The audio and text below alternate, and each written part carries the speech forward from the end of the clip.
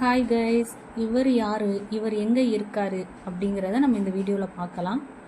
இவர் பேர் வீரமங்கல ஆஞ்சநேயர்.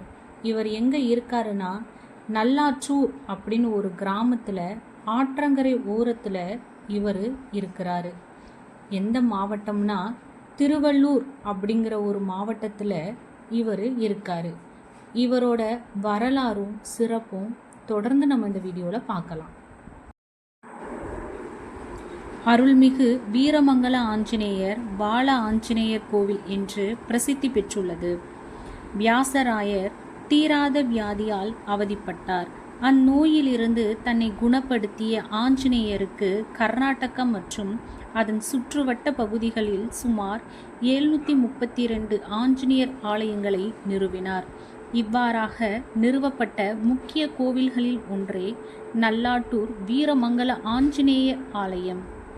ஒரு சமயம் துறவி ஸ்ரீ வியாசராஜ சுவாமிகள் தனது வியாச பூஜை மற்றும் சதுர்மாச விரதத்தை கடைபிடிப்பதற்காக திருப்பதிக்கு சென்று கொண்டிருந்தார். அங்கு வீர ஆஞ்சநேயர் சிலையை பிரதிஷ்டை செய்வதற்காக தன்னுடன் அந்த சிலையை எடுத்துச் சென்றார். ஆனால் குசஸ்தலை ஆற்றின் வெள்ளப்பெருக்கு ஏற்பட்டதால் அவரால் ஆற்றை கடக்க முடியவில்லை.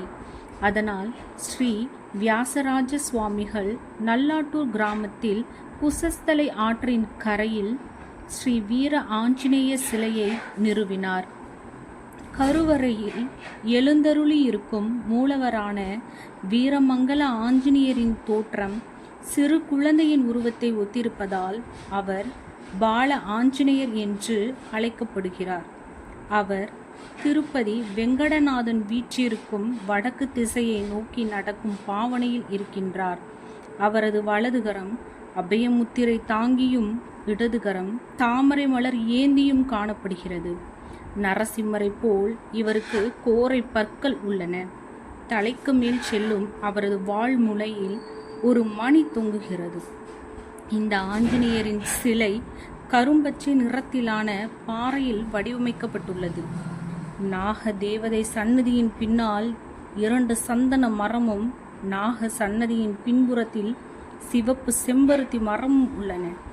அந்த நாக சன்னதியில்தான் ஆஞ்சநேயரின் பாறையை காலம் காலமாக பாதுகாத்து நின்ற நாகத்தின் வம்சமும் தொடர்ந்து வசிப்பதாக கூறுகிறார்கள். ஆகவேதான் அந்த பாம்பு புற்றை அகற்றாமல் பூஜித்து வருகிறார்கள்.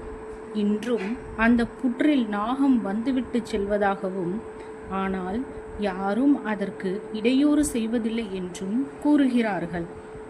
இந்த ஆலயத்தில் நடைபெறும் வருடாந்திர ஸ்ரீ சீதா திருக்கல்யாண உற்சவம் மிகவும் சிறப்பு வாய்ந்தது.